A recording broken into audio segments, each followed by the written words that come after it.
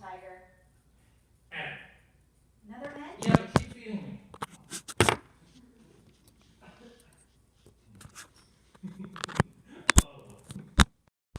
Oh, that's it? N-A-N-O? Uh-huh. Nano? Nanotechnology. Science. No, that's not science. With your cells, with your DNA, you're A machine. Well, more machine than human. Hence the foreign DNA you found on that Band-Aid. Hand me that magnet. The magnet sticks to the skin. Well, we got our man, or whatever you call yourself now. Free to go. Treks to door with swag. Shadow stumbles. Oh, I almost forgot. Remember when I told you I had hard evidence? What's that substance that's known to incite mechanical stress to foreign cell membranes, which, if not intercepted, will cause permanent short-circuiting effect? What did you put in my pizza? Nothing that would affect human I need to beings. know now. And I need my magnet back now. Fine. Stalemate. You're free to go. Shadow turns to the door. Weak need. Follow me to my car, so we can exchange some longevity. Off the record, of course. After you. I underestimated you, Alyssa. 'Cause I'm a woman? 'Cause you're a human. They exit. End of play.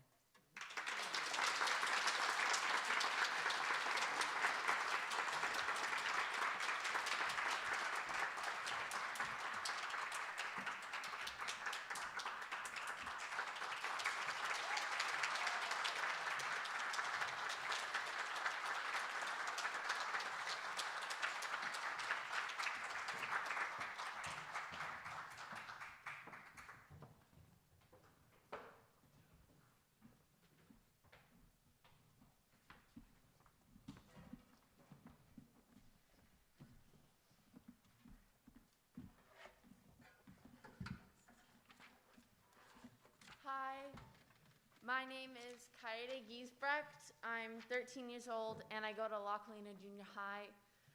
The name of my play is Ballet Slippers, and my mentor and director is Clarinda Ross. I would love to introduce the actors of my play.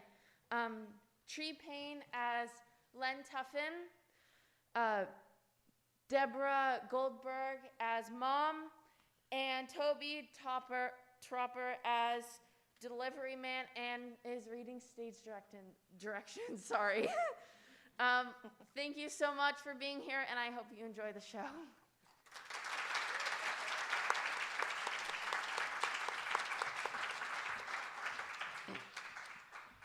Ballet Slippers by Kai Giesbrecht. It's 3 p.m. on Tuesday. Lights up in a room, and there is a record player on a desk. Lennon has 2 backpacks. She opens her dance bag, and we see ballet slippers. She puts them away.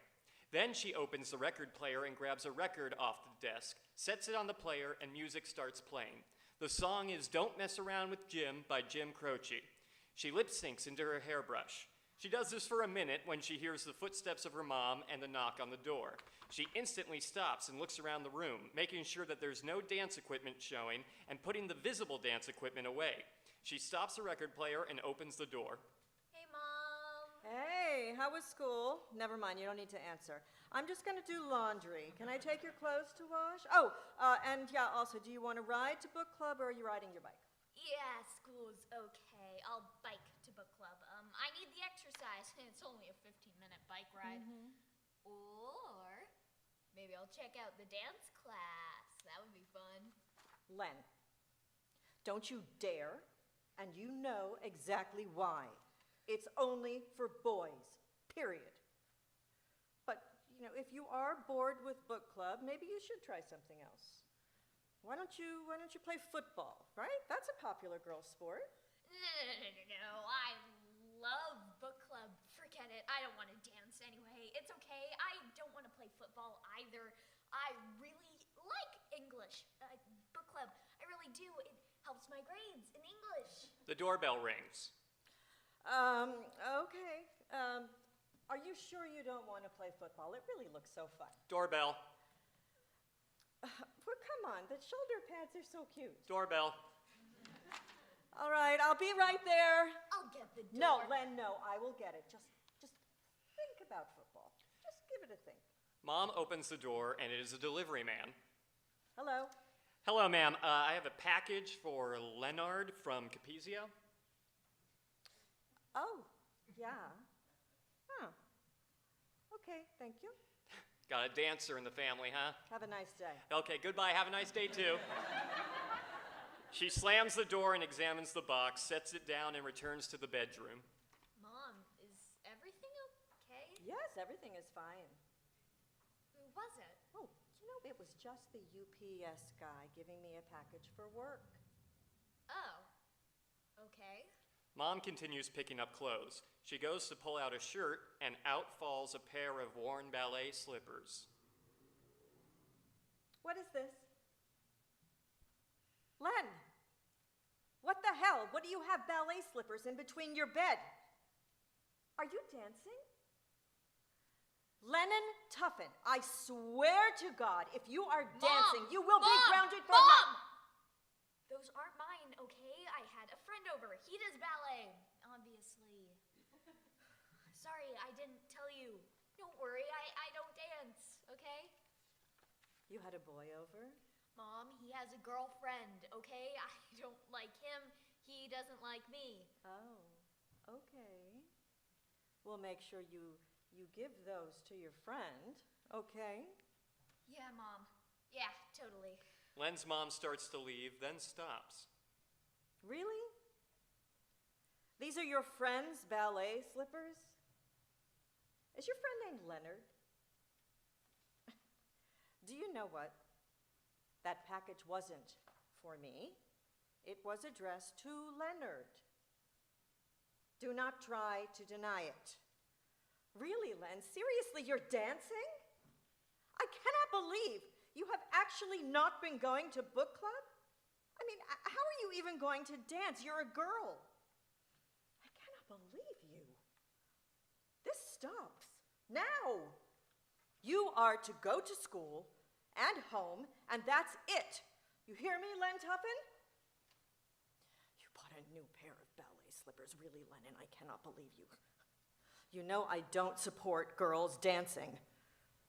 Really? A new pair of ballet slippers? I really was hoping that you would just own up to it. But you had to lie and say it was your friend. I cannot believe you! Oh my God, what has happened to you? I can't believe you would open my packages. I use my own money for those. Yeah, I do like to dance. Actually, I love to dance. Dancing is probably the one thing that keeps me here. Dancing has saved me. I knew you were going to find out, but I didn't want you to find out this way, okay? I know you don't support it, but I need to follow my dreams, and this is my dream. If you had a dream like this, I would support you too. Just let me follow my dreams. I need your help. I need you to understand that dancing is my only talent. She grabs her dance bag and pulls out boys' clothes. It seems like there is an endless amount of clothes. Okay. You made it clear that you love to dance. Do you know I wanted to be a model when I was your age? But I couldn't because I was a girl. And it turned out fine. You know you can't dance. It's not your fault. I'm sorry, but no. Like I said, Mom, if you wanted to dance or if you wanted to be a model, I would support you. Why can't you do the same? I really want to. But what would people think? It's hard to be a professional dancer as a boy. I know it's hard, but dancing is my happy thing. I really want your help. I've been looking at auditioning for dancing schools, and I want to try out for them. They would help me. That in itself would help me a lot, Mom. Please, Mom, people won't find out I'm a girl, and maybe the world will change, but please let me dance. me be happy. Oh, I want you to be happy, but I don't Then know. let me dance. Schools are expensive, and you might not even make it even if you were a boy. I've been doing a lot of research, but just let me try. Let me try and live my dream. Please, please. I'll make you proud. I promise. If you say yes, it will be the best decision of your life for you and for me. You can make me happy, and I'll get to follow my dreams. Okay. Okay. Lennon Tuffin. Len. Leonard. I'm going to let you dance. I love you. You know that, right? And you know you can do anything. Yes. Yes! Mom, thank you so much. I can do it. I'll make you proud. I promise. I love you too. You're right. I can do anything. But I swear to God, you cannot tell anybody that you are actually a girl. You cannot mention to anybody that you're dancing, not even your friends, not your grandparents. We won't tell anybody at all, okay? But if the school finds out that you are actually a girl and that you're dancing there will be no more dancing for you. You got it? Okay. I promise. I won't tell anybody. I promise. And I promise that I am also here to support you. No exceptions, no excuses. You hear me? Okay. Oh, shit. Language. I have to bike to dance class. I have to go. Thank you so much. I love you. I love you. I It's love you. okay. I'll drive you. I'm here for you. And I love you, and I know that you can do what you want. You just have to stay focused and set your mind to it. They hug. Lights fade to black. End of play.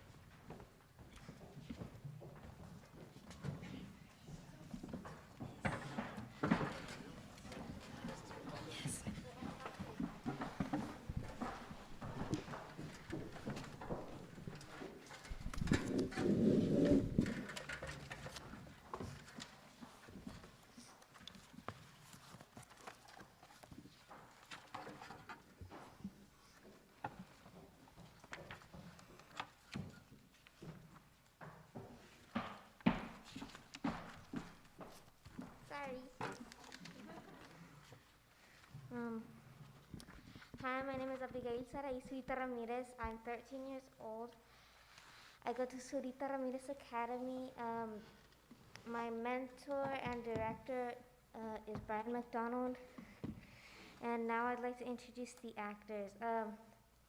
Hattie Ugeritz as Mabby, Grace Wilkin as Adrena, Brent Callow as Mr. Meowie, Kai Harding Giesbrecht as Twin 1 and Student 1, Olivia Miller as Twin 2 and Student 2, Lisa Beck as Mom, Miss Mew, as well as reading the stage directions. Thank you so much. I hope you enjoy the play.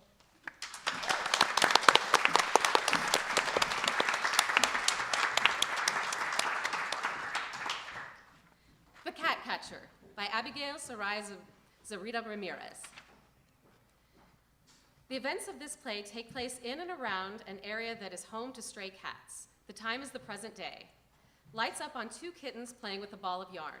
Give me that ball, it's mine. Well, it's mine now. I'm gonna pounce on you if you don't give my ball back. Go ahead. I'll tell Mom. The twins pounce on each other and bump into their slightly older but smaller sibling, Miyabi. Hey, you two better quit it before Mom sees you. Well, maybe if you weren't so scrawny, you wouldn't get in our way. Yeah. And maybe you should find a mouse hole to crawl in and never come out. Look, today is my first day of school, so you two can pounce on each other all you want. I hope you choke on a fur ball. Mom enters just in time to hear the last part of what Miyabi says to the twins. Miyabi, enough! Stop picking on the twins. But Mom, they were pouncing and I calling me. said enough. Oh, every time I come in here, you're getting into trouble. Why can't you just behave? I have my paws full with these two. I don't need you making things worse. I'm sorry. I'll be out of your hair soon. Where are you off to? Today's my first day of school. Remember? Oh, dear, I completely forgot. Well, you're going to have to ask your dad to take you. I need to stay with the twins. He's at the trash picking up some rats for dinner. Right. It's okay.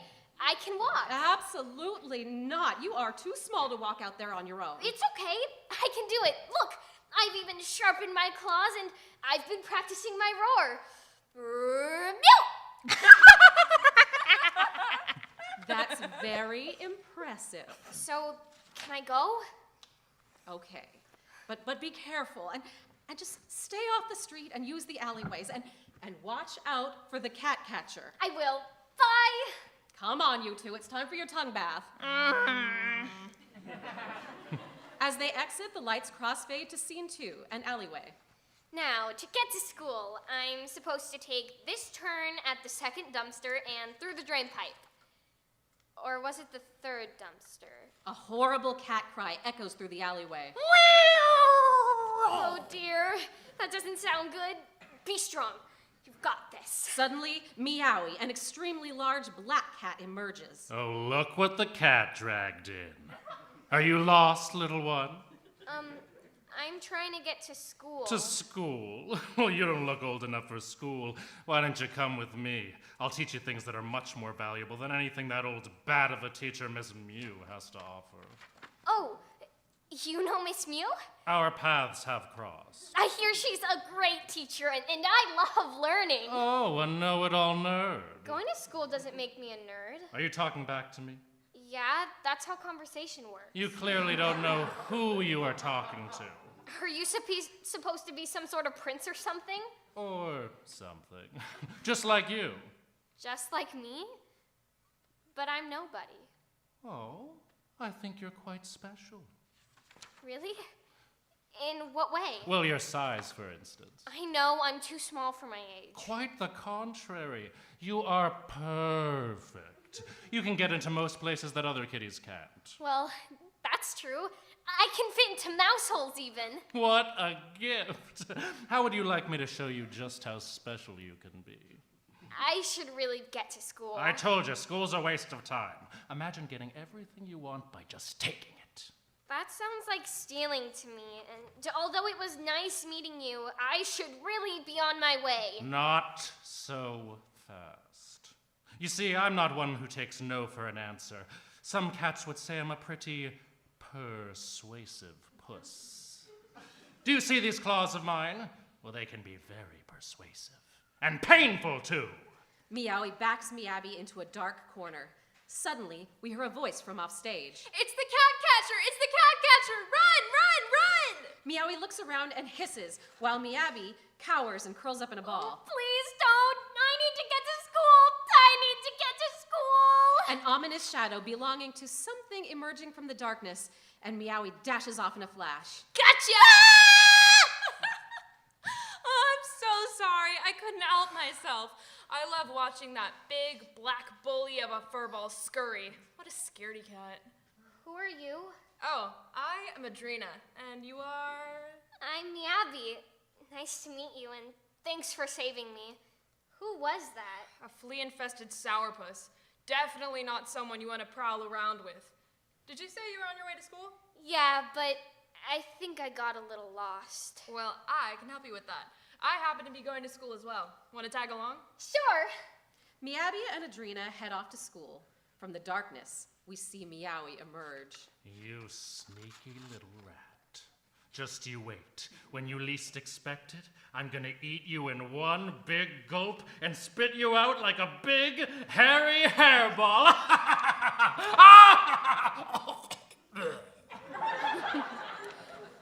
Composing himself, he follows the young kittens to school as the lights fade to scene 3. Lights up on the school. Good morning, kittens. Good morning, Miss Mew. Today, we are going to learn a new skill. It's truly one of my favorites and can be so much fun. But it's also an important survival technique, the most important one we have. Can anyone guess what it is? How to bury our poop? Although that is important, it is not the most important. And it's actually not one of my favorites, or even fun. Anyone else? Is it hunting? That's correct. Here's a treat for you. Miss Mew gives little Miyabi a treat which is nearly as big as she is. With the exception of Adrena, the class laughs at Miyabi. Hey, that's not nice. Quit it, girl. Adrena, your point is well taken, but you put those claws away and stop hissing. Now, where were we? Oh, right. The art of hunting. Okay, everyone pick a partner. We are first going to practice tackling. Would you like to be my partner? Heck yeah, you think you can take me? Take you where? Never mind. Really? You're picking her? She's too easy to take down. What do you mean? He means you're like so small, you're not a challenge. Oh. Adrena, Miyabi, why do I hear talking when we should be tackling? Tackling! You can switch partners if you want. What are you? A mouse or cat?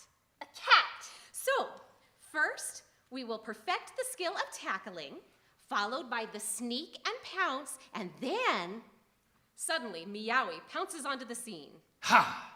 You were saying you sneak and pounce and then what? Excuse me, I am teaching a class, and I wish you would leave now. You going for the final blow, right, Miss Mew? Isn't that what you taught me? And now look at you, kicking out your favorite student of all time. How shameful. That really makes me sad. Yes, I think I feel a tear rolling from my pus-infected eye. I know very well who you are, Mr. Meowie. Mr. Meathead Meowie. Isn't that what they called you? It is me, in the flesh. Oh, that name-calling and not a scar on my chest. I actually think I look good for being in my 7th life. Actually, it's my 8th. I will give you one chance to leave. I think not. Meowie knocks Miss Mew to the ground with one swift smack of his paw. Miss Mew! Well, if it isn't the trickster and her little hairball of hair. I think it's time I picked up where you left off. Meowie readies himself to pounce. The cat catcher! You think I'm stupid enough to fall for that a second time?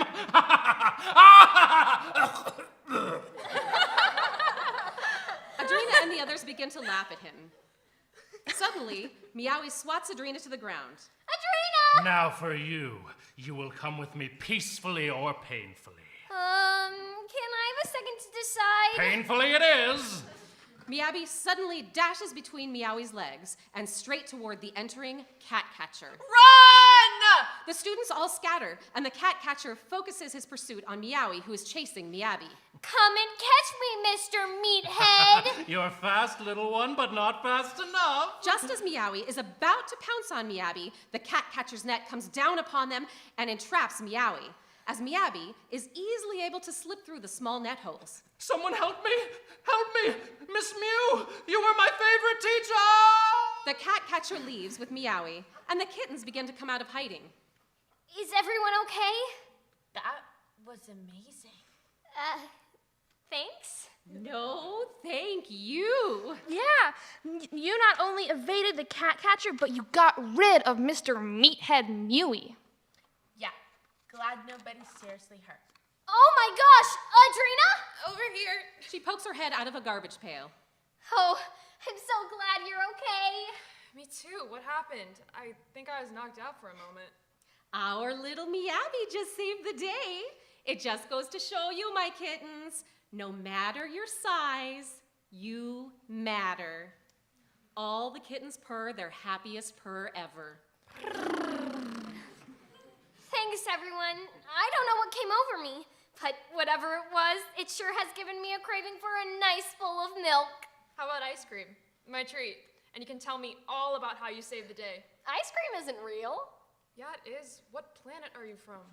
Earth. Why? Never mind. Miyabi and Adrena walk into the sunset. You know what, Adrena? What? I think this is the beginning of a perfect friendship. They run and pounce off stage as the lights fade to black. End of play.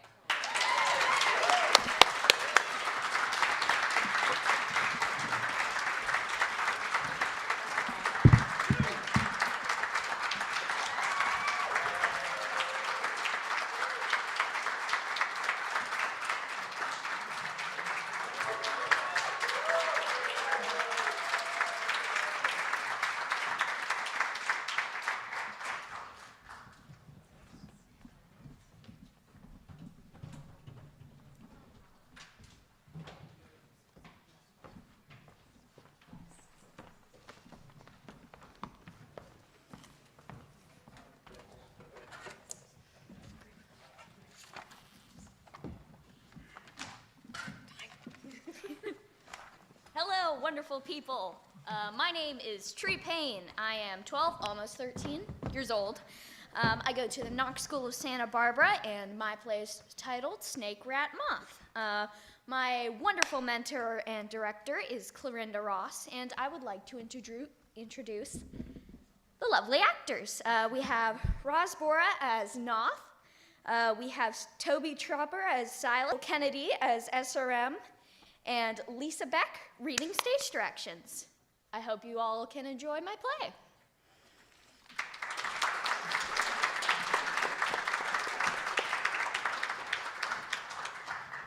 Snake, Rat, Moth by Tree Payne. The setting is a small town filled with nobodies. The scene that we see takes place in the Cryptonomica, a research facility in the nearby woods studying the local cryptids. It's nearly dusk. The sun is starting to go down and the wind is picking up. The shadows grow longer and something is howling deep within the trees. Silas and Noth enter. Noth sits in one of the chairs in the middle of the room while Silas continues to stand. There's a small table between them housing stacks of paper. Noth looks around the cluttered office space. Nice place you got here. Yeah, just state your business and get out. Fine. I'm trying to solve a mystery. My father is chief of police, and unfortunately, I need your expertise in spooky stuff. You? Really? What, you're 15? Look, Miss Detective, your father may be the chief of police, but there's no way they'd let you work on an actual case like the Johnson murder. Hey, wait, haven't I seen you on local TV? Yeah, straying around in front of the cameras wasn't enough for you. First of all, it's not my fault that this town hasn't had anything interesting happen in a millennia, and the students decided to swarm the new kid in front of the school. And second, the case isn't really official. I just noticed some weird stuff that nobody else seemed to figure out. It's a robbery and vandalism case at the local grocery store.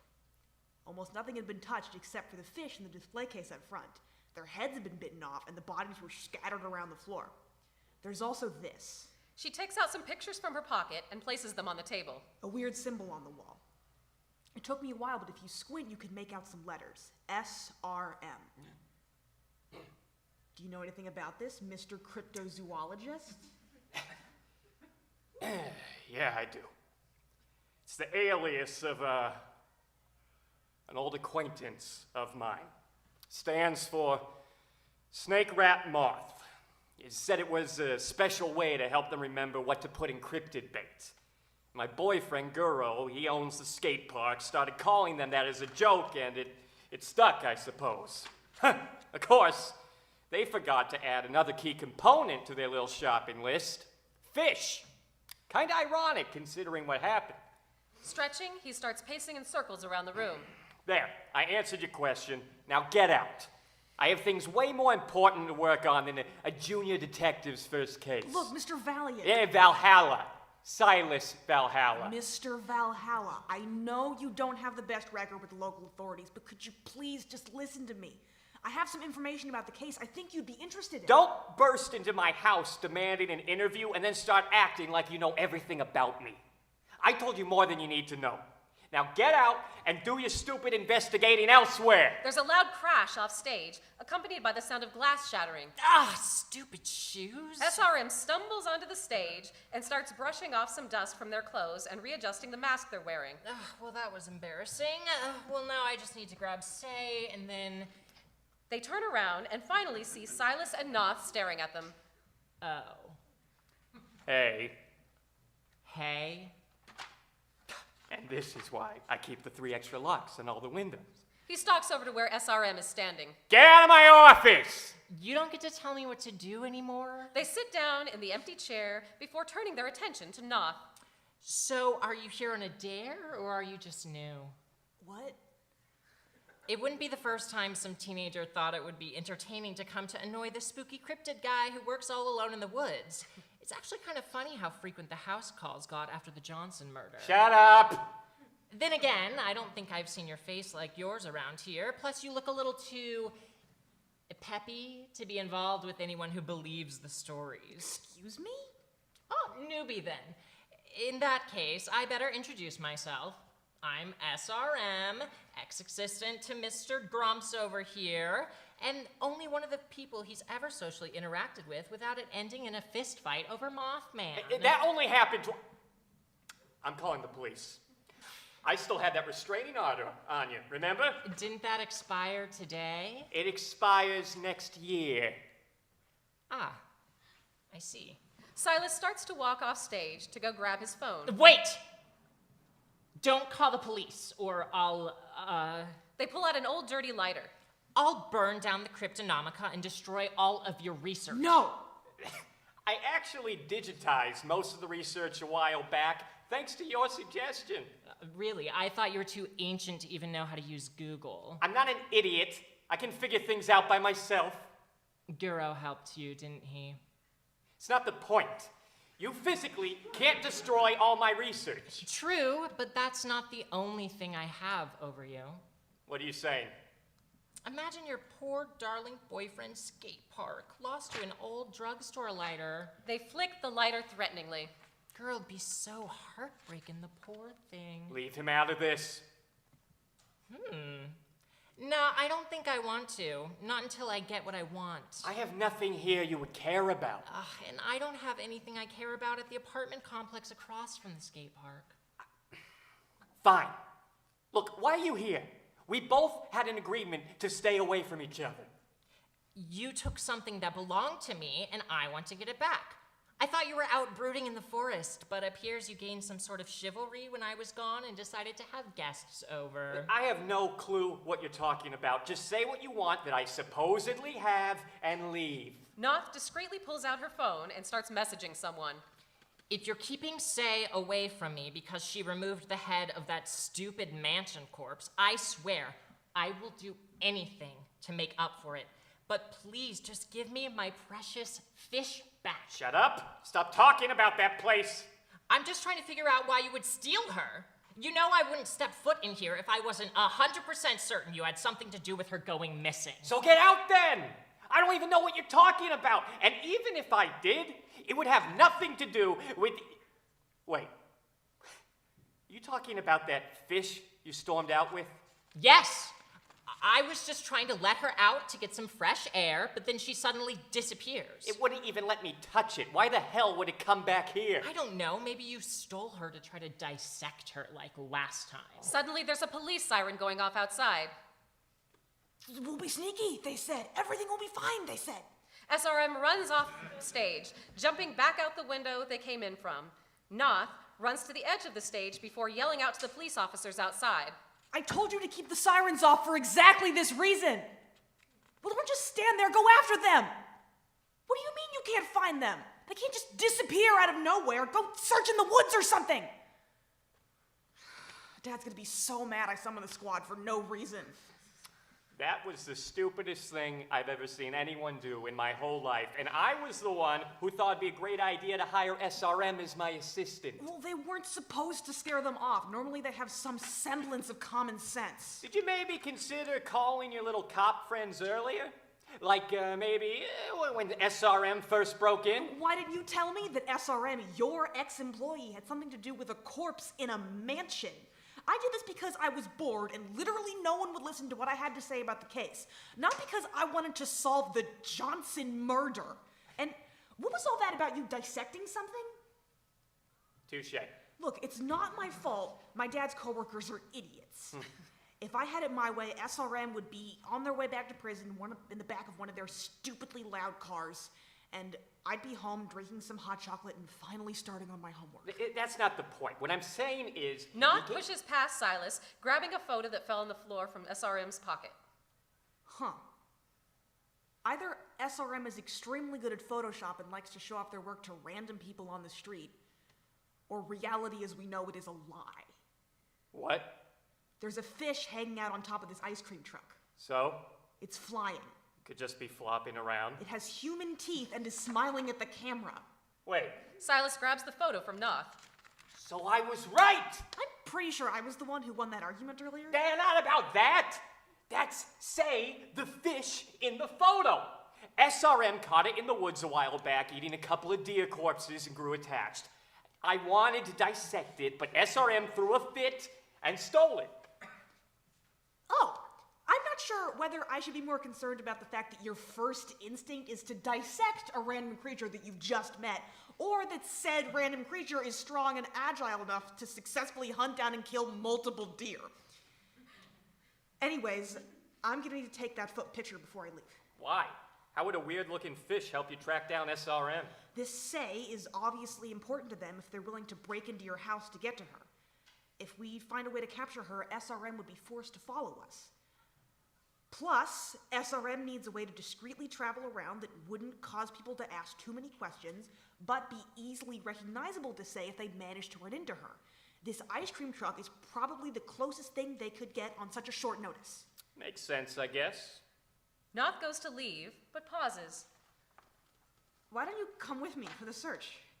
You two obviously have a history of some sort. Maybe you can get some stuff off your chest. Plus, you're a cryptozoologist. I'll need your expertise with tracking definitely not normal creatures. You know what? I might actually take you up on that offer. Why not? It'll be great to knock him down a few pegs. All right.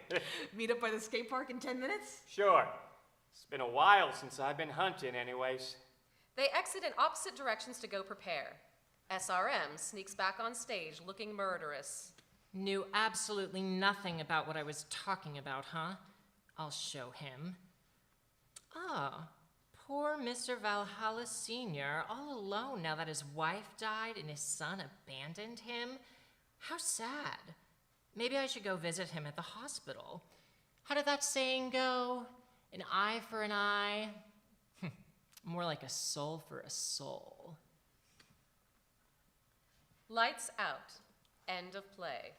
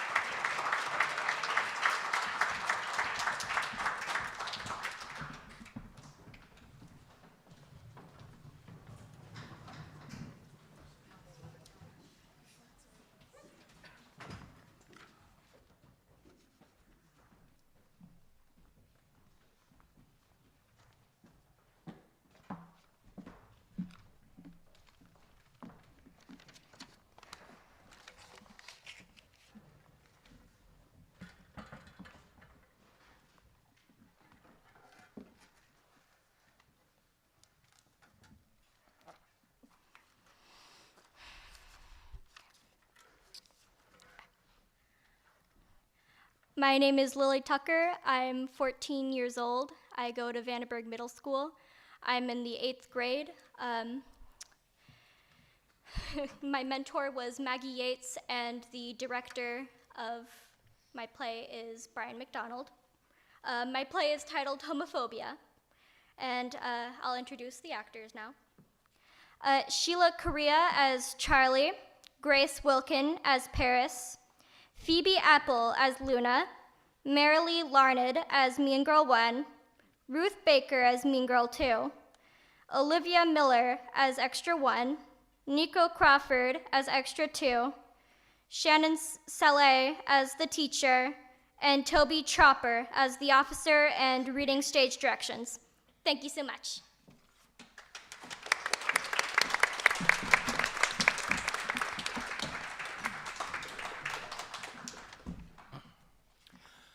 Homophobia by Lily Tucker. The setting is a cold and drab school environment. Some people are in groups, some are by themselves. The time is present day. Lights up on the stage. Paris speed walks over to her locker and opens it. She puts in a book, and as she does, Charlie walks by. Charlie stops behind Paris and taps her on the shoulder. Hey, Paris. Oh, hey, Charlie. How's it going? I'm doing good. Charlie nods at Paris and smiles. Paris turns her back to Charlie, and she takes a book out of her locker. Hey, would you like to hang out after school today? Yeah? Oh, no, I have to babysit my brother after school. Oh, okay, sorry. That's cool. Maybe lunch? Really? Yeah. Well, yeah. Okay then. I'll be there. Same. Charlie nods and runs off stage. Paris pulls out her phone and puts it to her ear. Oh, God. Hey, girl. Yeah, I know it's school time, but I just said something stupid in front of Charlie of all people. What did I say? I said, same, when we agreed to meet at lunch. Same. That's it. That's all I could say to the cutest girl in school. Same. Luna walks on stage. She sees Paris on the phone and hides behind a locker, remains quiet. Oh, why is she so cute? Why do I have to be such a nervous wreck? Oh, damn Charlie and her pretty face. Charlie? Luna takes out her phone and points it at Paris. And her cute dimples and her cute laugh. Damn it, Charles, why are you so cute? Gosh, this is so gross. Stupid homos. Boy, will the girls love this. Luna stays hidden behind the locker. What, you have to go now? Oh, okay. Thanks for the rant, girl. Paris takes her phone from her ear and looks down at it and then runs off stage. Luna stands up and then enter Mean Girls 1 and 2. Hey girls, look at this. Luna shows them her phone. Oh my God, Paris is a homosexual. I thought she was straight. Have you posted it on your page yet? No, not yet, but I was just about to. Oh my God, post it right now. Luna presses on the phone and does one final dramatic button press before looking up at the Mean Girls. It's done. I can't wait to see everyone's faces. Same here. The lights dim, then brighten again. On the stage is Luna, the Mean Girls, and the extras all looking down at their phones. Enter Charlie and Paris. Wait, you like anime too? Yeah, my favorite is My Hero Academia. Wow, we have so much in common. Yeah, we do.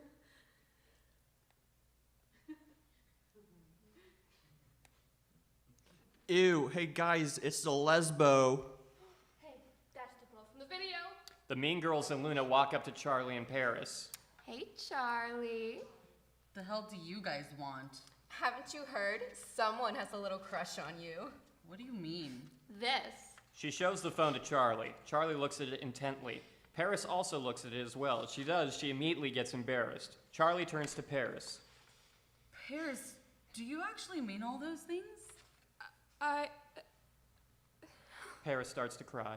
Oh my gosh, are you okay? Charlie tries to reach out to Paris, but Paris turns away from her hand. Paris is looking down at the ground. I'm sorry. Charlie looks at Paris with a look of pity, then turns her head over to the Mean Girls, Luna, and the extras. You all think this is funny, To record someone without their permission for your enjoyment? To make fun of them for practically no reason? Charlie? What kind of sick, twisted world are you all living in? So what if she was ranting about how cute I am? That gives you no permission to film her or watch the video. What if someone made a video without your consent? Would you be laughing then? Yeah, that's what I thought.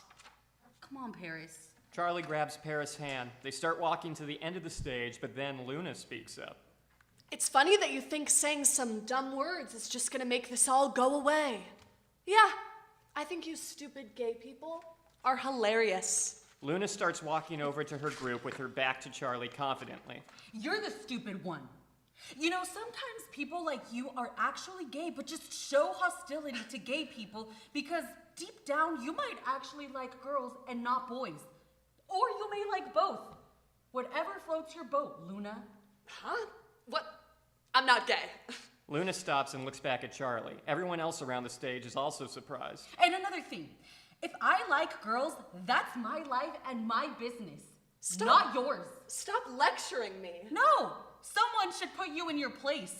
I'm not letting some spoiled white girl put me down. Shut up. Luna is Luna's gay. Stop it, stop it, stop it. Luna covers her ears and looks at the ground. Wow, Luna can't even stand up to a gay person. Jeez, that's crazy. The extras take out their phones and point them at Luna. That's it! Luna looks around at everyone and then at Charlie. Luna is nervous and angry. She runs at Charlie with her fist in the air. She punches at Charlie, but Paris pushes Charlie out of the way. Paris gets punched in the face instead. Paris falls on the ground. Paris! Charlie crouches down to help Paris. Are you okay? Other than being punched in the face, I'm fine. Charlie smiles at Paris and then looks at Luna. Charlie is giving Luna a death glare. What were you saying before, Charlie? You're not gonna let a homophobic white girl put you down? Boy, you're pathetic. Just then, Teacher walks on stage and puts their hand on Luna's shoulder. That is enough, Miss Luna Maverick. Now please, come with me. No, they started it. There's no need to lie, Miss Maverick. I saw you punch Miss Paris Daniels. They did it. Right, girls? The mean girls look at each other and then back at Luna. I have no idea what she's talking about. Luna's always had bad anger issues. Let's go, Maverick. Traitors! You'll pay!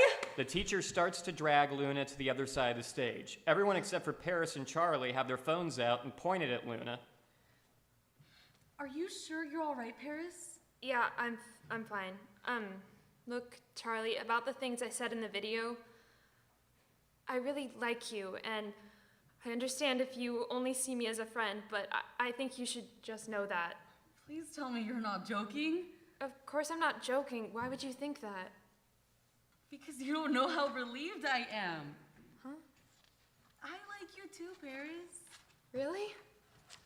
Charlie nods. Charlie stands up and extends her hand out to help Paris get up. Paris grabs her hand and stands up. Hey, Paris? Yes? Charlie puts her head close to Paris' head, and Paris does the same. They both kiss for a few seconds, then pull their heads back. Paris? Luna stares at Charlie and Paris and gets instantly angry. Luna turns to the teacher and she bites the teacher's hand. The teacher screams in pain, and Luna tries to run over to Paris and Charlie, but is once again grabbed by the teacher. Luna tackles the teacher onto the ground. Oh my God! Call the police! Everyone except Charlie and Paris have their phones pointed at Luna and the teacher. Luna hits the teacher's head on the ground and gets up. The teacher is knocked out. She looks at Charlie and Paris. Charlie grabs tightly onto Paris, and Paris hugs tightly onto Charlie. Charlie brings out her phone and calls the police. You're all so stupid. Didn't you all just see those two kiss? God never intended for same-sex relationships. You can only love one gender. This is disgusting. Everyone is still filming Luna. Are you all seriously filming Luna? I can't believe it. She just knocked out the freaking teacher. Everyone looks at Paris. They all have the same look of realization on their faces. I guess you're right. Maybe. Yeah. You're all disgusting. How could you listen to a dyke?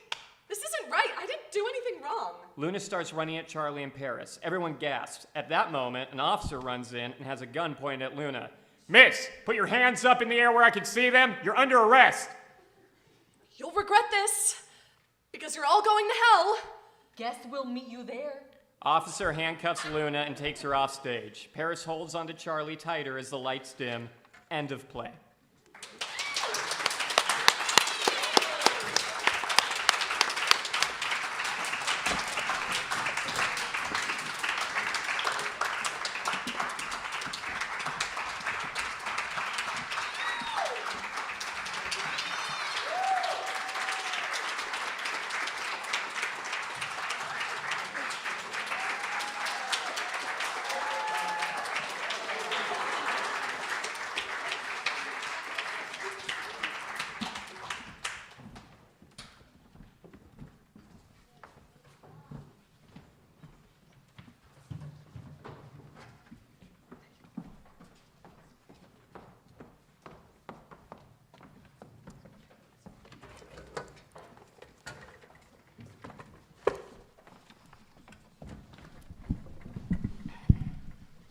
Hi there. I'm Olivia Miller. I'm 15 years old. I go to San Marcos High School. And my director for this play was Anna Jensen. My mentor was Emily Trask.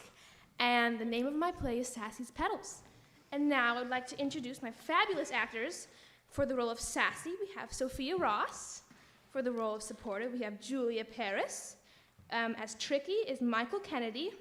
And as Crow, and also reading stage directions, we have Toby Tropper. And please enjoy Sassy's Petals.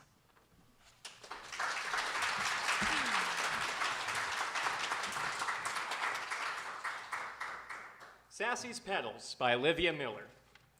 The setting is a beautiful field of flowers. The flowers are a wide variety of warm colors. Tricky and Sassy are electric yellow, Supportive is blue. Soft morning light is coming up for the action. It is the present day. All characters are flowers and use they, them pronouns. Lights up on 3 actors in flower resembling apparel, twisted in various poses. Tricky is the furthest downstage, sitting with limbs crossed. Sassy and Supportive are in poses slightly upstage and stage left of Tricky. Sassy stands with limbs crossed, bent over. Supportive sits with their head down, arms and legs crossed. Crow enters, stands down stage left, squats down, and lets out a squawk. Ah! Squawk! Morning sun hours! Ah! After a beat, Sassy lifts up from the waist and begins to pull imaginary petals down from around their head. Giving their head a shake, a large, obvious glare at Tricky, and looking over at Supportive, who has begun to disentangle their limbs. Supportive pulls down imaginary petals from their head like Sassy. Supportive also gives their head a shake, an obvious glare at Tricky, but with less sincerity, immediately side-eyeing Sassy for approval. Good morning, Supportive.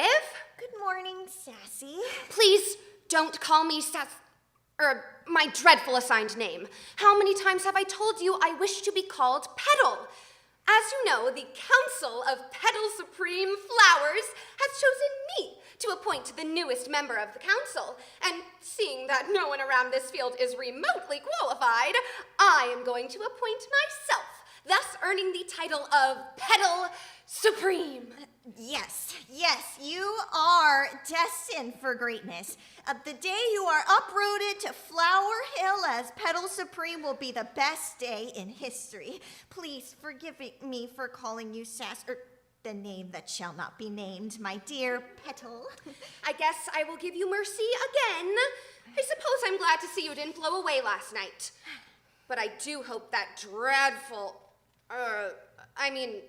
dear Tricky blew away last night. They are such a nuisance with us. Wouldn't you agree, Supportive? What? Oh, Nikki is quite a nuisance. Sass, Petal, do you think that it's at all odd that Tricky over there hasn't bloomed yet this morning? Why, yes. Yes! Certainly, I was just about to draw your attention to them. I mean, how scandalous that they would dare to miss the first morning sun drops. Giving a gossipy giggle. You don't think Tricky stayed open in the moonlight last night, do you? Well, I do recall them not closing their petals at closing hour. Great Ruth, Supportive! I just recalled that last night at closing hour, Tricky did not close their petals. Supportive sighs deeply. Yes, my dear Petal. Brilliant! I think I'm remembering that too. Well, indeed, a double scandal. I mean, to be caught out in the moonlight is one thing, but then to not open promptly at the first sunlight? Well, that's practically asking for someone to gossip about you. Sassy begins to smooth out their petals happily. A whole day of no sunlight? That sounds dreadful. Why, a day with no sunlight might just wither poor old Tricky. Did you say something? Sassy, Petal, if what you say is true, if Tricky doesn't blossom for a whole day, they could wither. Why, yes, that might just happen. Why, Supportive, that is quite an interesting theory. But what's more is that if they wither, they could come back and haunt us. Why on a flower's fields would they do that? Oh, come on, Sassy, Petal. We're practically the weeds to Tricky's garden. We're the bears to their bees. We're acting how old Chuckles acted to poor, belittled Petunia. I see no reason as to why we should be worried, Supportive. Yet you are yet to make any sense. Listen, every flower from here to Blue Fields has heard the story of Petunia. As the story goes, Chuckles was downright awful to Petunia when they were both alive. Chuckles would throw dirt and call Petunia names. Throwing dirt? I thought that was our signature move. Anyway, when Petunia withered, instead of becoming soil, Petunia became a ghost. When Chuckles was crowned Petal Chuckles Supreme and was uprooted to Flower Hill, Ghost Petunia followed. No, no worthless weed should ever mix with noble roots. Wake up and go smell Rose, because Petunia haunted Petal Chuckle Supremes, basically ruining their time as a ruler. Petunia became such a nuisance to Flower Hill that Chuckles was uprooted and lost their title of Petal. No, surely the Supremes wouldn't be so cruel. Surely Chuckles had their title reinstated. Oh no, Chuckles died. After that, Chuckles was so embarrassed that they didn't even bother putting down new roots. They withered right there at the base of Flower Hill. Ah! Mid-sun hours! Ah! Supportive and Sassy both jump at the sound of the crow. What a terrible story, but come now, Supportive. We haven't been that awful to sweet Tricky. They surely wouldn't go so far as to wither themselves just to haunt me. I disagree. My dear, beautiful golden-colored future leader, Petal. I say this with all the respect in the world, but I think we've been kind of like turd birds to Tricky. I mean, just a week ago, we attempted to dig out their roots just so you could expand your water savings. Ignoring that you just disagreed with me, I can confidently say that we did not dig out their roots. We simply rearranged them to some drier dirt. Petal, even if that wasn't an awful thing to do, that's not all. 2 suns ago, we plucked out their new bloom for fear it would create a shady patch over us. I needed to work on my tan. And then 3 suns ago, we called their petals the color of toxic-killing human acid pea. I mean, honestly, who would possibly stand against winds and rains knowing they have the color of toxic-killing human acid pea? And then just last sun, we kept throwing dirt at the back of their stem. Oh no. And then the same sun, before closing hours, we dished up quite a bit of dirt about Tricky, saying things that would knock the leaves off my great aunt. And if I remember correctly, Tricky was quite angry with us. They said, "This is the last twig. Mark my leaves. You'll be sorry for this. Just wait and see." Oh no. Oh, Sassy, do you know what this means? Why, yes, I understand. But do you? Tricky is going to wither themselves just to come back as a ghost to haunt us. No, they wouldn't. Well, why on Flowers Fields wouldn't they have bloomed by now? Well, if you're right, and if you are, I must say that this is quite an accomplishment for you, Supportive. I never dreamed of you being right, but that's neither this nor that. It's here nor there, Sassy. No, it's Petal. Just get on with it. I am. I do not appreciate your recent change in behavior, Supportive. I must remind you, it is I that has a promising future as Petal Supreme, not you. Now, where was I in unearthing the truth? Oh yes, assuming that I am right, which I always am, in suspecting that Tricky is trying to wither themselves to haunt me, I think that the most promising course of action would be to pry open Tricky and make sure they get sun drops. Yes, a remarkable plan, and dear Petal, I'm so sorry for my temper. All this talk about ghosts has my roots all crossed in the most uncomfortable way. Evening sun hours! As much as I would like to block your sun in punishment, we don't have time. We must find a way to blossom Tricky, or at least make them think we are good, for the sun is going down. To prove you deserve sunlight, go over and pry open Tricky. Yes, it would be an honor. But, Petal, I've never moved my roots before. Don't you think they might snap? Supportive, you worry-warty pumpkin! Do you know how close Tricky is to us? Your little baby roots can easily withstand that distance. Mine, on the other hand, might not be able to because they are stronger and more cemented. Now go! Yes, dear precious Petal. Just give me one moment. Supportive gives a pained smile and stares down at feet. Holds breath, scrunches up face, concentrating very hard. Their feet barely wiggle. Sassy gives a disappointed look. Supportive tries again. This time, one of their feet moves forward. At this new movement, they let out a squeal. Their other foot slowly follows. They gently begin to slide their feet toward Tricky. Supportive grimaces with every step. Finally, Supportive grabs one of Tricky's arms and gives a half-hearted tug. Come on now! Really put your star into it! The fate of our hauntedness depends on this. I'm trying, but they won't budge. I don't know what I expected from a weak little weed like you. Move over. Did you just call me a weed? What? No, for heaven's sake, I would never call you such a mean name, no matter how accurate it may be. Accurate, eh? No, I didn't mean accurate, just that Fine. I see now that all these years I've been trying to get on your good side. Waiting to move to Flower Hill with you has been a waste of time if you think I'm a worthless weed. What? You've been using me? Supportive, realizing what they just revealed, gets on their knees, holding Tricky's hand to their heart, gasping. Oh, no, dearest Petal, please, I didn't mean that. I've only been on your side all these suns because I have true faith in you. Please forgive my slip of cells. I'll deal with you later, and trust me, you'll be punished. But we really have no time for this. Sassy begins to stroke their head. I've got it! Let's say really nice things about Tricky, and then maybe they'll sneak into their subconscious and they'll wake up realizing we actually love them, which, just to clarify, we don't. Sassy leans into Tricky's ear. Just kidding. We actually think Tricky is the most lovely flower. Yes.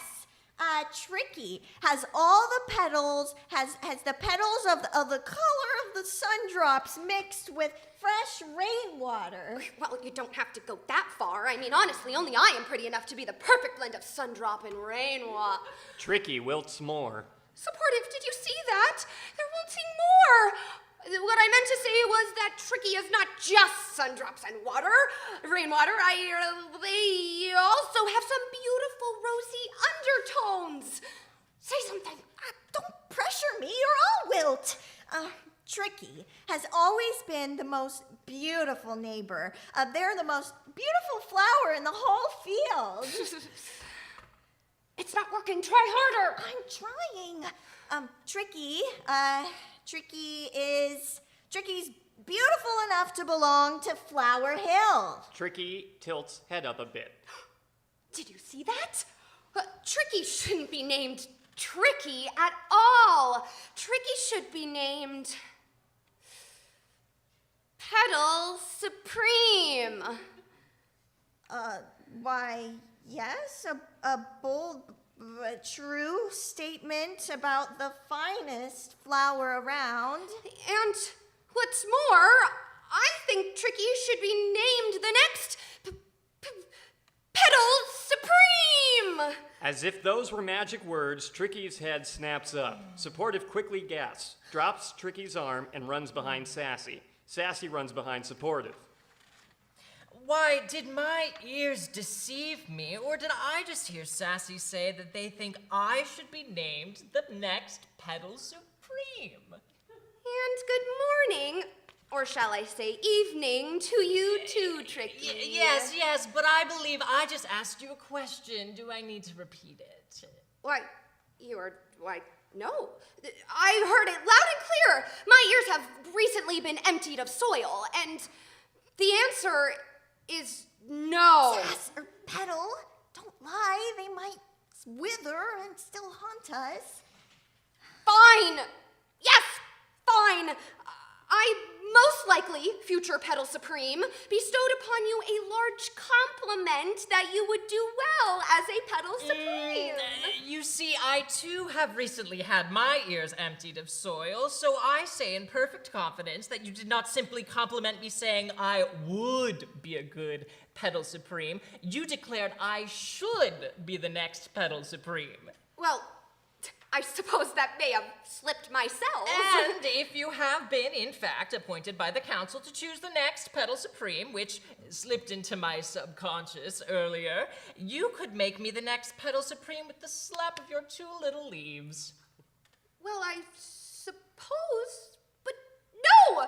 Certainly not! I am to be the next Petal Supreme, and you shall not benefit in the slightest bit from the trust the council has put in me. Now, I was a tad afraid you say that. You see, if it isn't clear enough, though I suppose for you two dimwits, it never really is, I am sick and wilty of being around your gossip, and I wish to be uprooted to the Flower Hill where I shall rule. But that is my destiny! But I don't think it is your destiny, because if you were to rule, I don't believe the council would find it at all amusing if a withered flower by the name of Tricky haunted your throne. I bet that if they got wind of you being haunted, they'd throw you right off the hill and leave you to wither like poor old Chuckles. What is this? Blue mail? Ah! Closing sun hours! Ah! No, my dear Sassy, it's blackmail. You see, supportive, it seems that Sassy's petals have finally wilted. Lights out, end of play.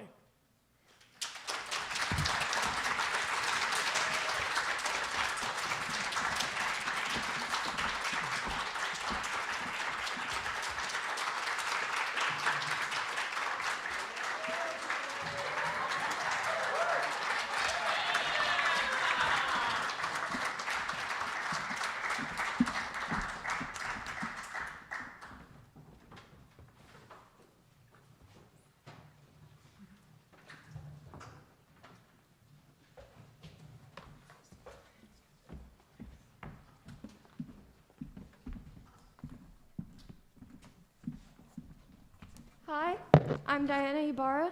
I'm 14 years old and I'm a freshman at San Marcos High School. My play's titled Thank You for Everything. I'd like to give a big thank you to my mentor and director, Michael Bernard, and the actors, Shayla Correa and Varric Weir, and Anna Jensen, who's reading stage directions. Thank you for being here, and I hope you enjoy.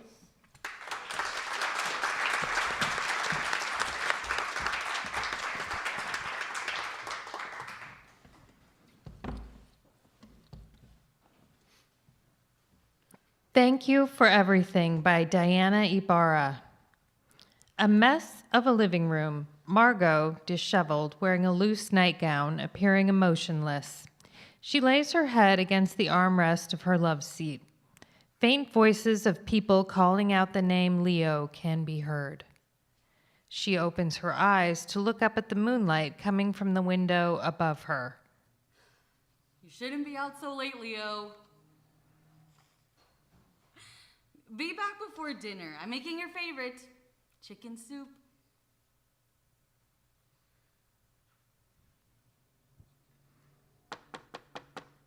Leo? Ave enters. Hey, Margot. It's just me. You shouldn't leave your door open or unlocked, especially at this hour. Are you even gonna say hello? What if I'm asleep? What? What if I'm asleep and Leo comes home? If it's locked, he can't come in. I leave it open so he can come in when he gets home. Right. It's been a while, hasn't it? What do you mean? I mean, it's been a long time since you've gotten out of the house. So what? Why don't you get yourself cleaned up? I want to take you somewhere. Where? Your mother's holding a service for him tonight. For Leo. It's starting soon. She wants you to come. I think you should go too, Mar. I'll be there with you. Get out. Margot, come on. She tried to tell you, but you've been ignoring her calls for weeks now. I said get out. I'm not going. You can't stay here forever. It's been almost a year. You didn't go to his funeral, and now you won't go to his memorial service. There are people who haven't seen you in months, Margot. I don't want to see anyone, okay? I don't need to. Everyone in this town is stupid. Holding a funeral for someone who's gonna come back? He's still out there. I know he is. We're just trying to help you. That's all. Yeah? Who's helping me? Who do you think has been bringing you groceries every few days? Who do you think comes and checks in on you? Thanks, but I never asked you to do any of that. I do it because I love you and I care about you. I don't need someone caring about me. I need someone to care about my son. I care about him. I care about him so much. Why would you even say that? Why do you think we're having that service, Margot? Let us help you. I don't want help. All I want is Leo home. She pushes him with little force. I want him home too. Trust me. I don't like it when you talk like that. He's just lost. He'll find his way. The room goes silent, and Margot stands up to reach out to the coffee table in front of them. She picks up a teddy bear. Buttons are missing, and it hasn't been washed in who knows how long. Remember when you gave him that? She hands him the bear, and he is hesitant to grab it.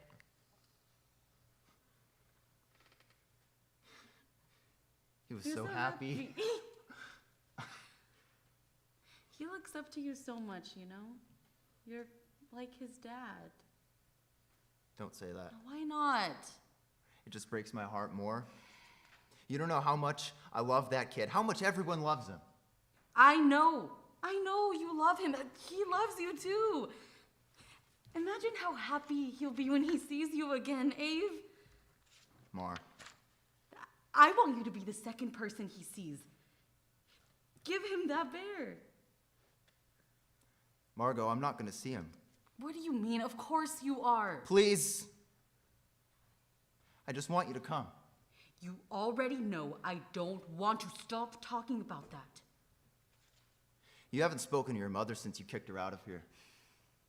She wants to see you, so come. Just for a little bit.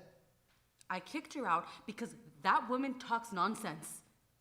All she ever talked about was how I missed his funeral. I don't know what else to tell you.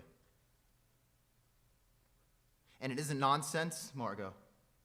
Your mother cares about you so much. You and Leo are her world. Don't push her away. She was there for you when you got pregnant with him. She was there for you through everything. Let her be here for you now, too. Tell her that in person. I don't think I'm ready to do that. No, I still want to wait for him. Not even ready enough to come tonight. Fine. I'll come back in the morning. At least come into town with me. No, I can't. We can have breakfast. It'll be nice. He gets up, ruffles her hair. I said no. Just because someone is dead doesn't mean they're gone. Trust me, I know what it's like to lose someone. He'll always be here with you. Leo knows how much you love him. Trust me. You're the best mother anyone could ever ask for. He isn't dead. He's not. You don't get to just say that. You know, I didn't mean to say it like that. I just wanted... How can you say that about my baby? He can't be dead. My baby can't be... How did I let this happen? Why did I let him go out that day? It's not your fault. I promise. Blaming yourself is the worst thing you can do. How can it not be my fault? I'm the one who let him go out that day. I knew it was going to storm. You know we'd never blame you for that. You didn't know he wouldn't come home. I remember that day so clearly. I always dream about it. dream always ends up with him coming home. But then I wake up. We looked for hours. Basically, the whole town came out to the storm to help, huh? That kid tore everyone's hearts. He didn't know how much people loved seeing him.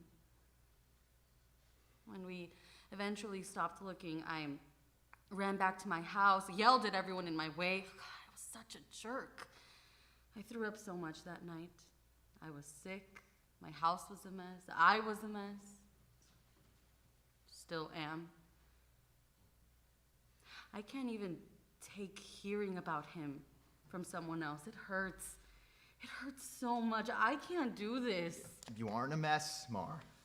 You lost your child. You have a right to feel like this. I know it's hard. You don't know, Ave.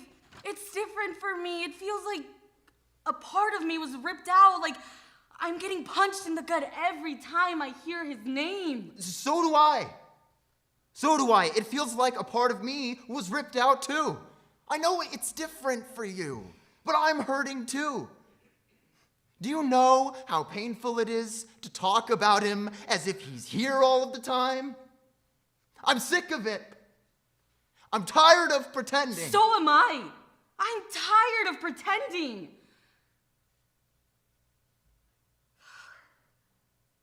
I don't want to make you feel like this. I know you're tired of me.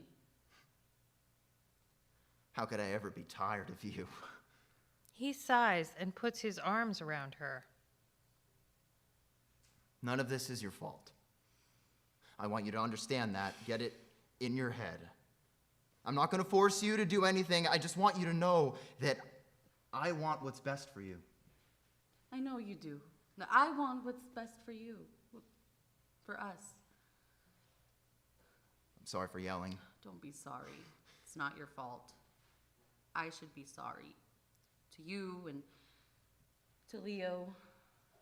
He wouldn't like me acting like this. I'm sure he'd understand. And it's okay. You don't have to apologize to me. I see how you feel, and it's obviously hard for you. And my mom? She'll understand too. She'll be so happy to see you. I'll go. Only for a little bit. To the memorial. And only if you stay with me. He lays his head on top of hers. I'm proud of you for taking that step. And of course, I'll stay with you. Take the bear. I want you to have it. She picks up that same bear and lays it in his lap again. It'd make him happy. Only if it makes him happy. He stands up, reaching his free hand out for her to take.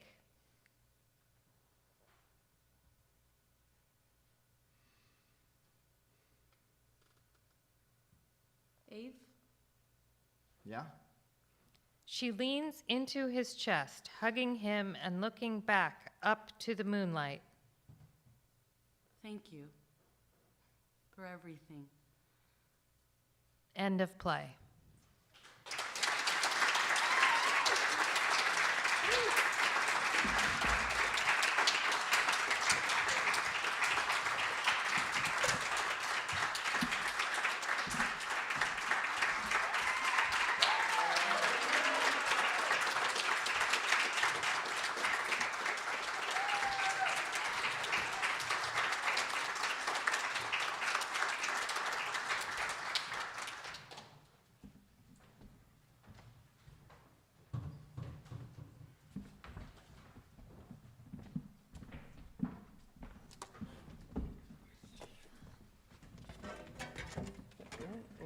Yeah.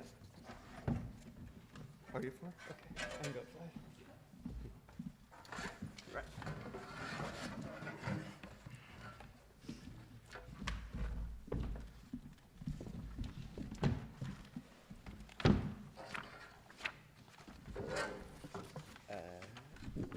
Okay.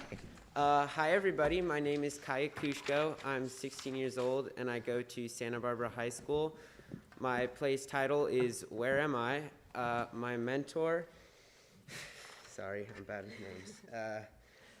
My mentor is Kenny Looper, and my director is Brian McDonald. Now, to name the actors, Toby Tropper will be playing John. Nancy Newfer will be playing the flight attendant. Vishay Singh will be playing the flight captain and Customs Agent 1. Varric Weir will be playing Customs Agent 2. And Lisa Beck will be playing Customs Agent 3, as well as reading the stage directions. Thank you so much for coming out tonight, and I hope you all enjoy the play.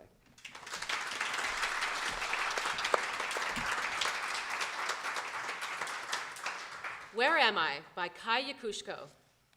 Scene 1. Airplane passenger cabin. John, on edge, can't get comfortable in his seat. He signals the flight attendant like a little kid who needs to go to the bathroom. Excuse me? Excuse me? Yes? How may I help you, sir? What is this I'm holding? A pillow? That's what you call this? Well, a pillowcase, and that's a pillow. I see. And how is a pillow supposed to make you feel? Happy. That's correct. And do I look happy to you? Well... And whose fault is that? The pillow? Precisely. It's ruining my life. You know what I really need? I'm sure you Exactly. To be alone. With no stupidity. Lights fade. To scene 2. Airplane passenger cabin. John sleeps like a log in his seat. Then... Ladies and gentlemen, this is your captain speaking. Please wait to exit the plane until seatbelt signs have been turned off. John sits up in his chair, groggy.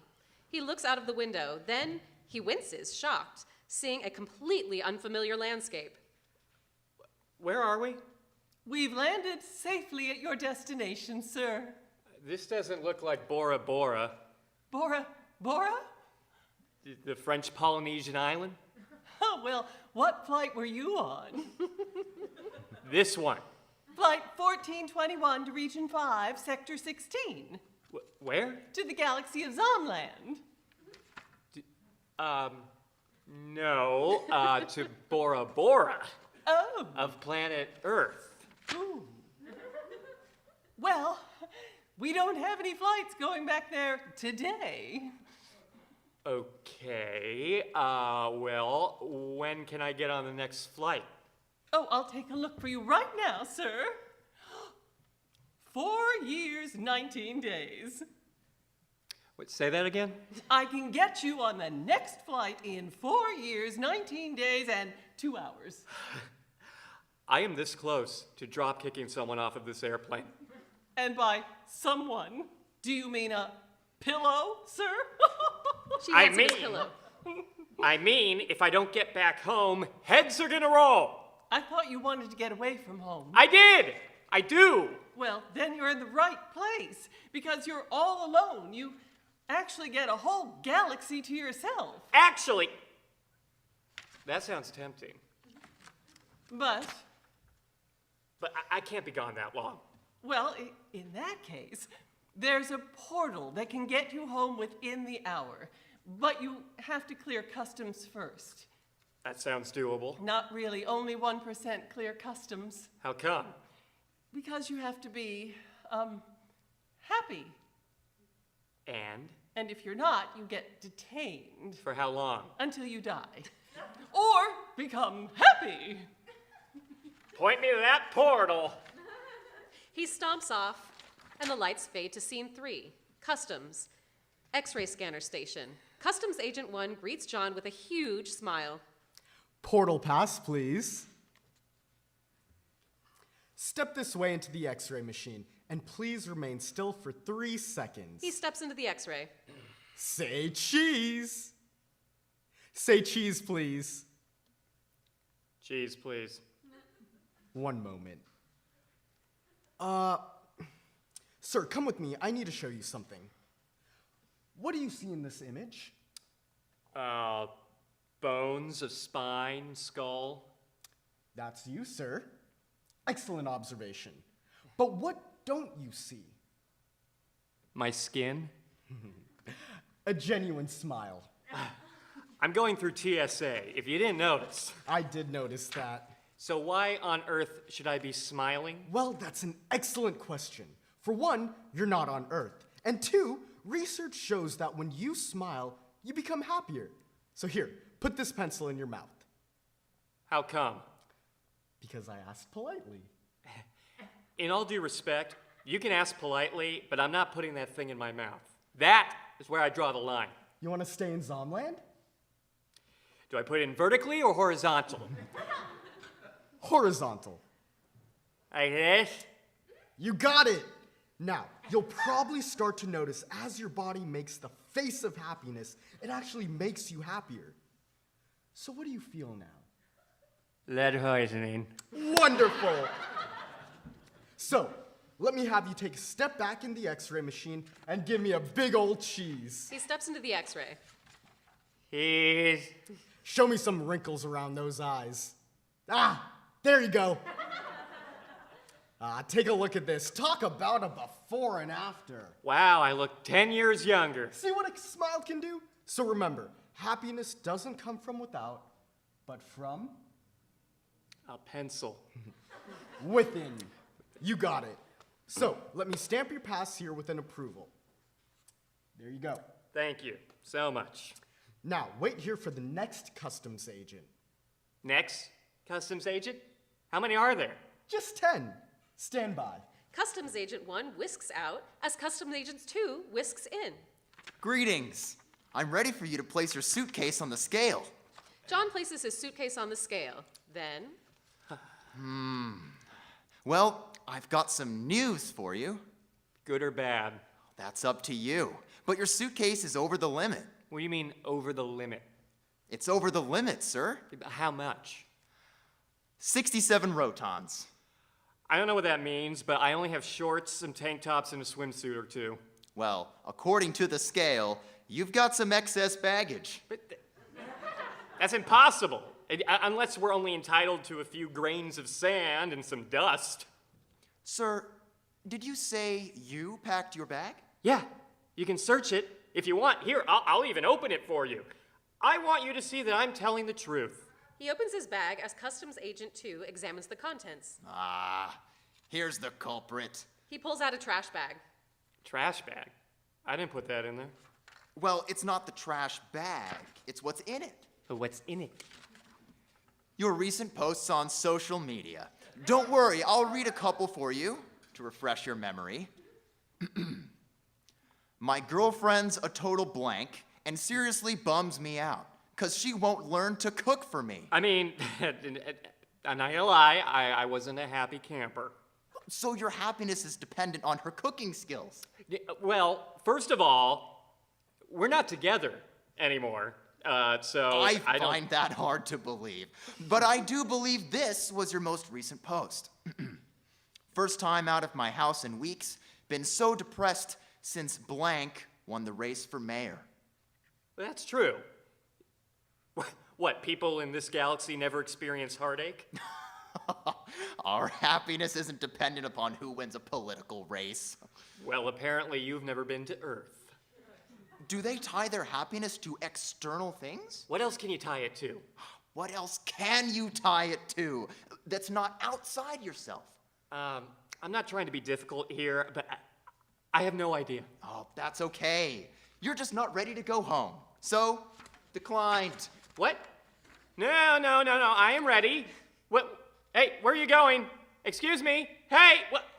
Are you serious right now? You can't just leave me here. He puts the pencil in his mouth, emptying the trash bag, smiling. Look, I emptied it. There's no trash. I dare you to lay it down. In whisks the female Customs Agent. Sir, that's not necessary, but I need you to keep moving. But I have nowhere to go. You have an entire galaxy all to yourself. Now keep moving. Why? I don't understand why I got declined. And that's a fabulous question. According to our records, you're not genuinely happy. What do you mean I'm not genuinely happy? Look at me. I'm so happy right now. Sir, I'm I the need you to happiest keep man. moving. No. Look at me. Sir. I'm happy. I'm Sir. happy. Yeah, I'm happy. I'm happy. Sir. I'm happy. Sir. Happy. Sir, wake up. I'm not going to ask you again. You've arrived at your destination. Please deboard this plane immediately. Ladies and gentlemen, this is your captain speaking. We know you have choices when you fly. Thank you for flying happy skies. Sir, deboard this plane immediately. What? We've landed at our destination. Safely. Region 5, Sector 16? Where? To the galaxy of Zomland? What flight are you on? This one. Yeah, this one.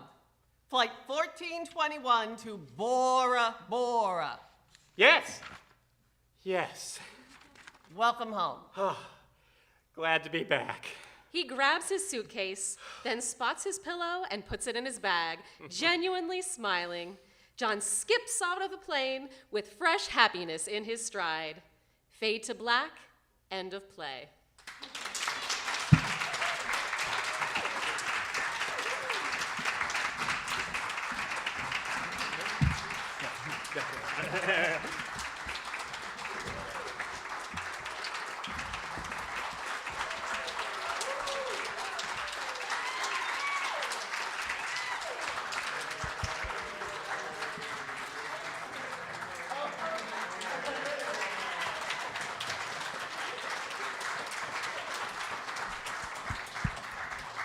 Thank you, everyone. That concludes our readings for this evening, but we're going to take a few moments where the playwrights will join us on stage, and we're going to just answer some questions, see if anybody has any questions. So, playwrights, if you would, join us on stage. We're going to move our music stands to just to the back of them, okay? And Anna, would you join us as well? So what do we do? Come on over here. Just put them out of the way, like to the back. Anna's going to sit here, so why don't you guys go ahead and go over there.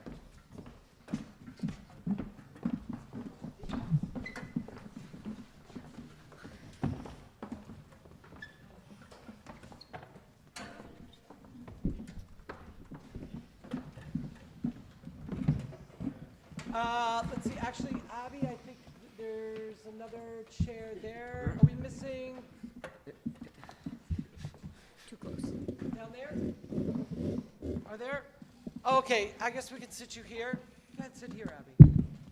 And then you got a stool. And then, Amanda, why don't you bring your chair out?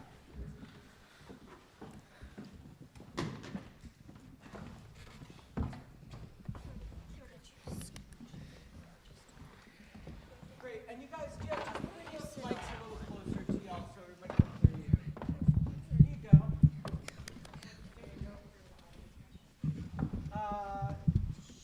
Actually, yeah. You know what, Anna? Why don't do you want to take us into the audience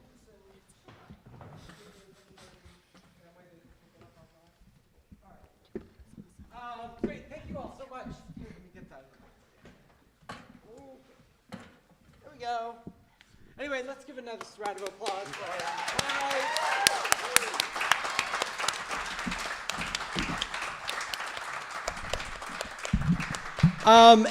for those of you that are still at home and watching us, feel free. I've got my computer here, so if you have any questions you want to submit, let us know, and I'll share them with the actors. With the playwrights. Oh my goodness gracious, what a long day. Anyway, so do we have any questions? We must have some questions. Absolutely none. Okay, yes? So I'm wondering where they got their ideas from. Where did they get their ideas from?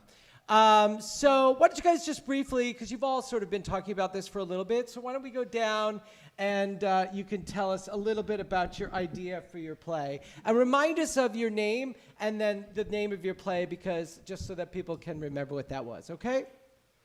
Go ahead. We'll start over here. Oh, I start? Okay. Hi, my name is Abigail. And you did the cat catcher, Yeah. right? So what was the inspiration for that?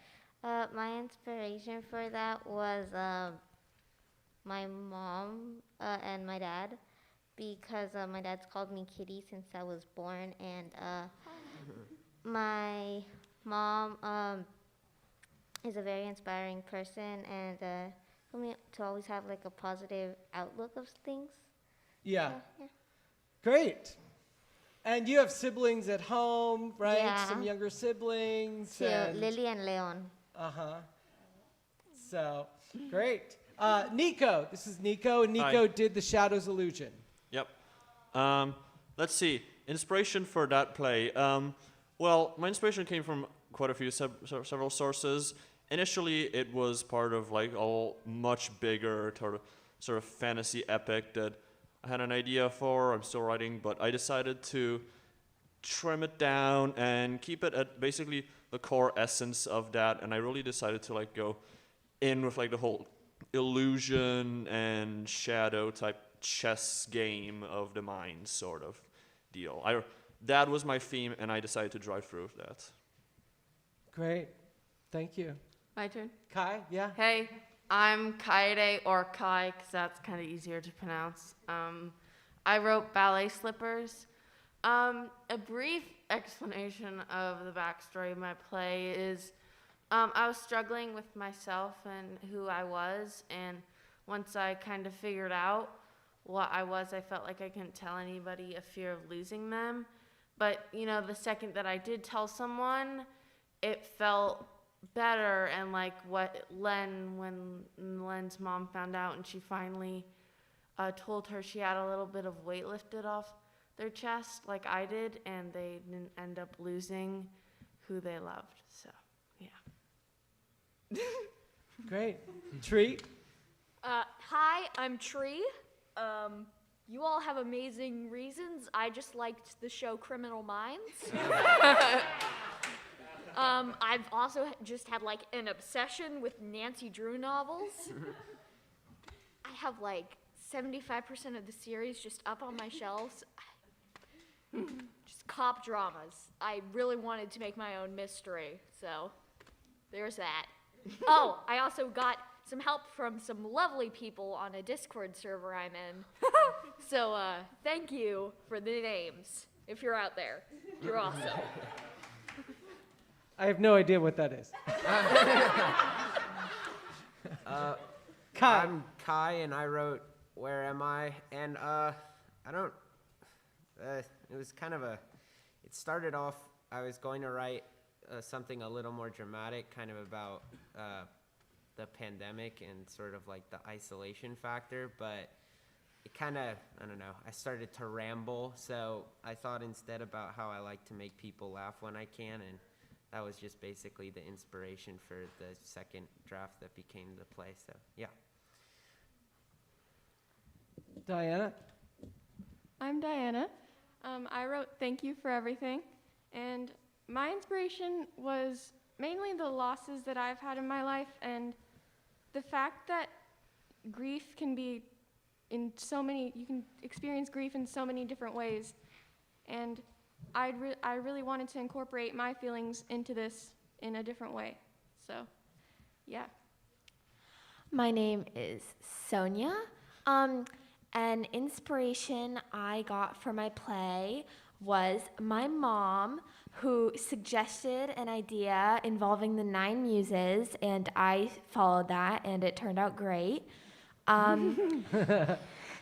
And also, we were reading a book about Greek mythology in my class, so that inspired me to do something about Greek mythology. Hi, I'm Olivia. I wrote Sassy's Petals, the play about the flowers, and I got my inspiration from a little field of bright yellow sourgrass flowers outside my window, and I thought, I bet their life is pretty boring. Let's make a play about it.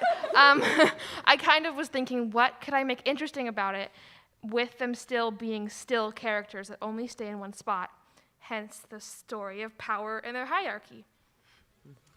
I'm Lily Tucker. I did Homophobia. I guess my inspiration was, like if you molded it down, it was like basically 2 movies and maybe a song. Love Simon, because it was just a really good movie about coming out.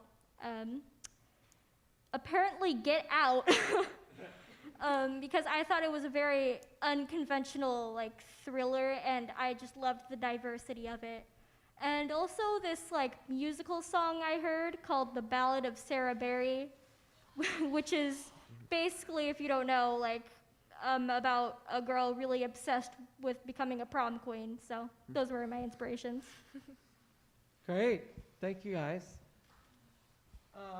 Other questions?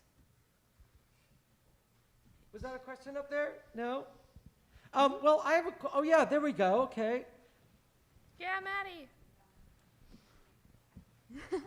I'm curious, I guess for everybody, how your writing process worked and whether or not you wrote with like an outline or if it was based on different pieces of dialogue you really wanted to include or if it was more character driven.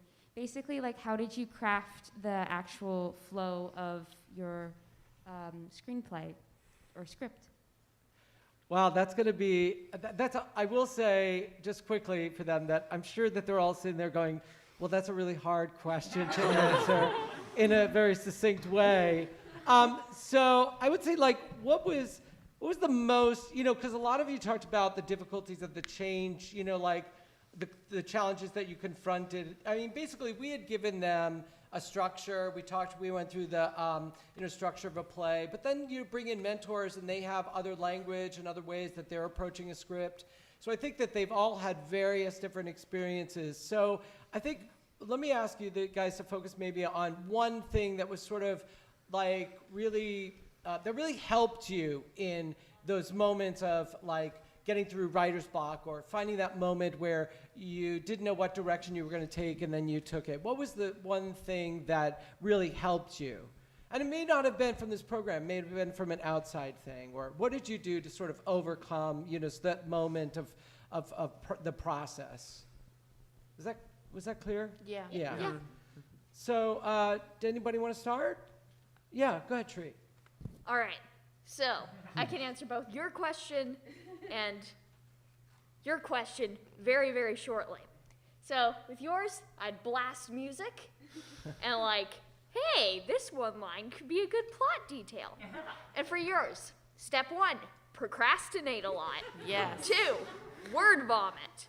3, get overly attached to certain lines. 4, realize a lot of them were terrible. 5, delete. And then we get a profit. You handled that very well, Tree. Good. Nico, did you want to? Sure. Yeah, good. Okay. One advice or suggestion. One thing that helped me was a log line. A log line is a one-sentence summary of your story. It's like basically this compass that just points you to what the heart of your story is. Just follow that and you can write a good story. Great. Kai, you were seconding that, yeah? Yeah, well, I mean, we had the same mentor, but that was like the thing that just really brought it home for me, because otherwise I'd get kind of lost with where I was really going with the end goal and everything in between too. So yeah, that was really helpful having a long Yeah, I want to give a shout out to Kenny Looper, who is up there. Kenny Looper was our a mentor. He was in it last year as well. And, I really turned to Kenny on various moments throughout this process and said, hey, do you think you would want to do one more playwright? Or can you do this for me? Or are you willing to come up and how about directing? Would you like to also act in one? And he was just yes, all the way. So I just want to give a big shout out to Kenny. We're so grateful to him. Great. Anybody else want to answer that? Because I know that she asked that of everybody. Yeah, sure. Let's go ahead and go down the row. So I'd say, wait, what was the question? So the question was about the process, and my focus was sort of like on a challenging moment or challenging aspect of the process. What got you through that? I kind of just sit at my desk, like maybe I doodle and like just think about what I want to do, or like before I go to bed, I'm just thinking, what do I do? What do I want to do? I find banging my head on a table also works very well. Yeah.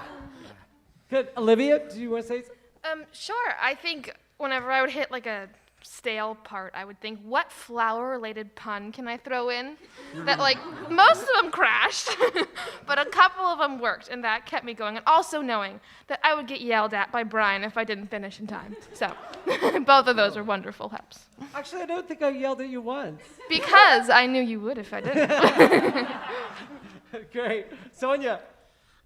So a big helpful thing for me was probably not just making like a one sentence outline, but just a very big like outline of the whole thing, so that when I'm like stuck on a part, like I don't know how to continue this, I can't fill in these little gaps with dialogue, I don't have the creative energy, but then I think, oh, wait a minute, no, this is what's going to happen next. Also trusting the process.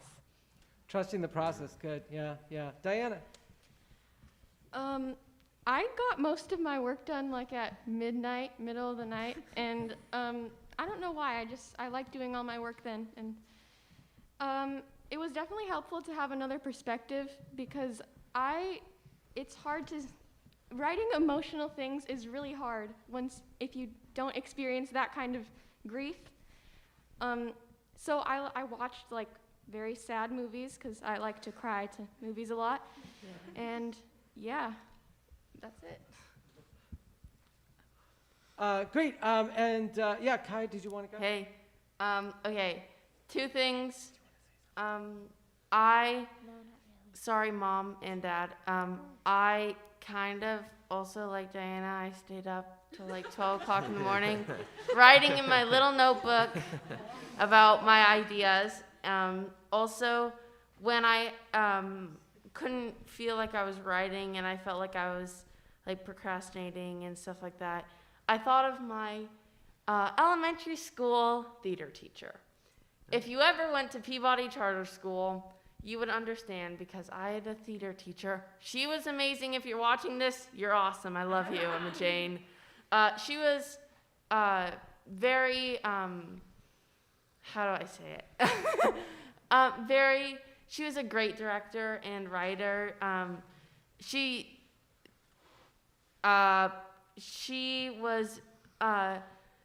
could be intimidating sometimes, but she was always really creative with her plays.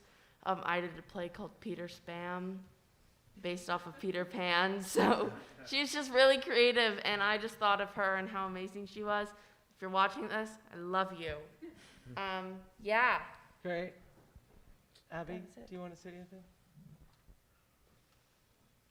Abby's not one for speaking. It was really a lot of, she likes to just write. In fact, so one of the things that was really challenging, I think, for all of us was, beginning this process on Zoom. Obviously, the classes were sort of stuff that we were used to, but then when we get into the actual creative work and the coaching and things like that, when you're in a room with the person, obviously there's a lot of great energy that you can feed off of each other. But, Abby and I, we would connect, and I would say, Abby, where are you now? It looks like you're in a closet. She said, I am. It's the only place I could be. There's so many people in my house. So, I think there were a lot of really great challenges that you obviously all faced. I mean, I want you to, first of all, I want to say that what you have just done, I've had so many people come up to me today and talk about just how amazed that they are that you guys are your ages that you are. Because they didn't expect that. They expected that you guys were much older. And so I think, first of all, you should really,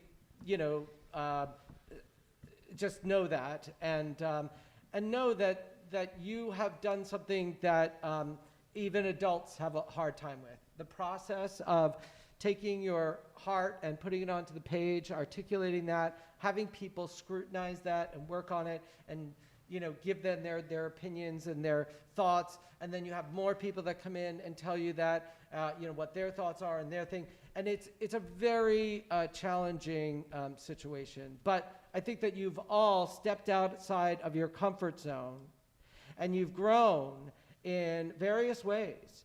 And so I want you to think about that and take that with you over the next, couple of weeks as you sort of come away from this process to really think about yourselves and what it meant to you as a person, whether you continue to write or not.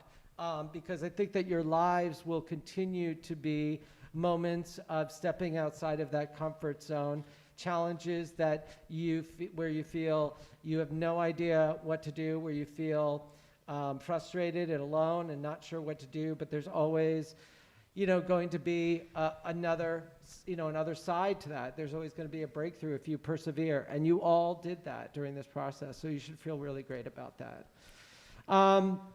Any final thoughts or questions from anybody? No? Well, listen, I want to just thank two more people here that are with us tonight that really, really helped me out so much. Anna Jensen is our dramaturg for the theater. Anna, why don't you come on down? And she really helped us out. She was a mentor and a playwright and really someone that was by my side the whole time, and I'm so appreciative of her insight and her voice in this process. And Amanda Lennon, who was our coordinator and stage manager.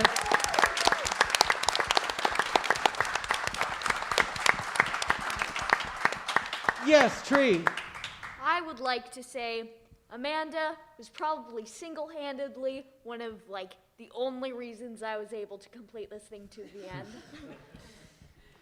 The reminders were very helpful. Yes, they I were. swear I would have forgotten half the time. Yeah, we did the Google Class thing, and there were constant reminders. Basically, Amanda's job was as the gnat, right? Yeah. Really, really good job. Thank you.